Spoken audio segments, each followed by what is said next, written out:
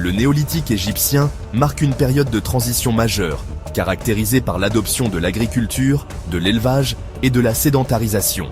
Cette transformation résulte d'interactions complexes entre des populations locales et des influences extérieures, notamment du Proche-Orient, du Sahara, de la Nubie et de la Corne de l'Afrique. Les premières traces d'agriculture en Égypte, notamment dans le delta du Nil et l'oasis du Fayoum, suggèrent une influence significative du Proche-Orient. Des sites tels que Tel Aswad et Djadé El Mougara, en Syrie, montrent des pratiques agricoles similaires, indiquant des échanges culturels et technologiques. Des études morphologiques et génétiques soutiennent l'idée que des colons du Levant ont introduit l'agriculture en Égypte vers 6200 avant Jésus-Christ.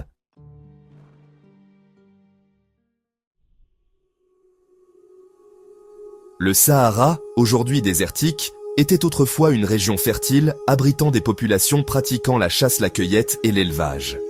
Des sites comme Messac Setafet et In-Abeter en Libye présentent un art rupestre riche, témoignant de cultures complexes.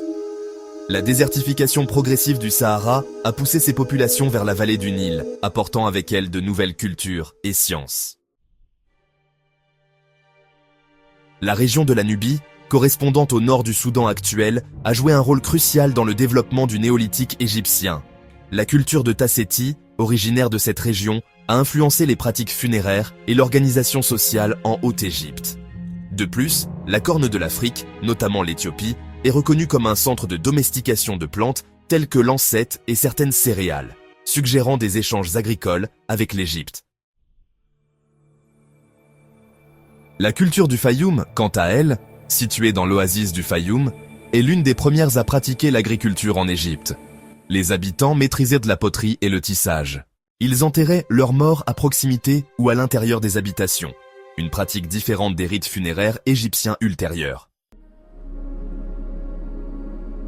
La culture de Merimde Beni Salameh, localisée dans le delta occidental du Nil, témoigne d'une sédentarisation avancée avec des habitations semi-souterraines en limon. Les habitants pratiquaient l'agriculture, comme le blé et l'orge, l'élevage et la pêche. L'outillage en silex et la céramique simple caractérisent cette culture. Une nécropole a révélé des sépultures en position fétale, avec peu d'offrandes, indiquant une société sans hiérarchie sociale marquée. La culture Badari, localisée dans le gouvernorat d'Assiou, cette culture est connue pour sa céramique de haute qualité, rouge ou brune polie, avec des parties noires. Les habitants pratiquaient l'agriculture, l'élevage, la chasse et la pêche. Les sépultures, souvent multiples, contiennent un mobilier funéraire riche, témoignant d'une société plus complexe. Badari est considéré comme une étape importante vers les cultures prédynastiques ultérieures. La culture de Nagada se développe en Haute-Égypte, comme une suite de la culture Badari, avec des traits et des couleurs d'artefacts, de poterie plus prononcées. La culture de Nagada finit par supplanter les cultures de Basse-Égypte, comme celle du delta du Nil de Mahadi Bouto, d'où émergera la déesse serpent. La culture de Nagada est caractérisée par une hiérarchisation sociale, une architecture monumentale et une iconographie préfigurant l'époque pharaonique. Elle marque la transition vers l'unification politique de l'Égypte. Dans les cultures du Fayoum A et de Merimde, les défunts étaient souvent enterrés à proximité ou à l'intérieur des habitations. Cette pratique reflète une conception de la mort intégrée à la vie quotidienne, où les ancêtres restent proches des vivants. Des études comparatives suggèrent que cette tradition pourrait avoir des origines au Proche-Orient, notamment à Sataloyouk, où les morts étaient inhumés sous les maisons, symbolisant un lien continu entre les générations. Les défunts étaient généralement enterrés en position fétale, la tête orientée vers le sud et le visage vers l'ouest, direction associée au royaume des morts dans la mythologie égyptienne. Cette orientation pourrait refléter des croyances symboliques liées au cycle solaire et à la Renaissance. Avec le temps, les sépultures se déplacent en dehors des zones d'habitation, formant des nécropoles distinctes. Cette évolution pourrait être liée à des changements sociaux, religieux ou sanitaires, marquant une séparation plus nette entre le monde des vivants et celui des morts. Le néolithique égyptien ne fut pas simplement une phase de transition technologique vers l'agriculture, il représente une matrice où se sont cristallisés les éléments fondateurs de l'identité égyptienne. Les premières communautés sédentaires installées dans la vallée du Nil n'étaient pas isolées. Elles étaient le fruit de rencontres complexes entre chasseurs-cueilleurs locaux, migrants sahariens poussés par l'aridification du désert, éleveurs nubio-éthiopiens venus du sud et agriculteurs levantins porteurs des savoir-faire agricoles les plus anciens du monde.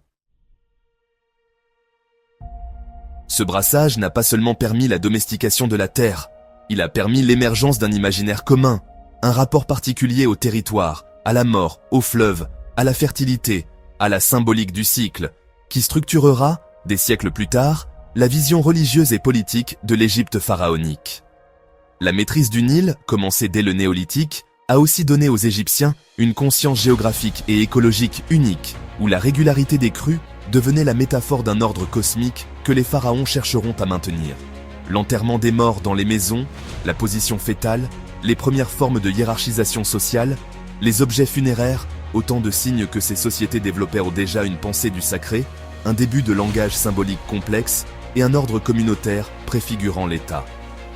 Enfin, cette période nous rappelle que les civilisations ne naissent pas de ruptures brutales, mais de continuité silencieuse, d'échanges lents, de migration, de métissage et de résilience. L'Égypte néolithique, longtemps considérée à tort comme isolée, fut en réalité au carrefour des grands mouvements humains de la préhistoire. Elle fut le creuset d'un génie collectif, patient et multiple, qui allait donner naissance à l'une des plus grandes civilisations de l'histoire humaine. Nous arrivons au terme de cette vidéo. Si vous avez aimé, n'oubliez pas de liker et de vous abonner à notre chaîne pour plus de contenu fascinant sur l'histoire de l'Égypte. À bientôt.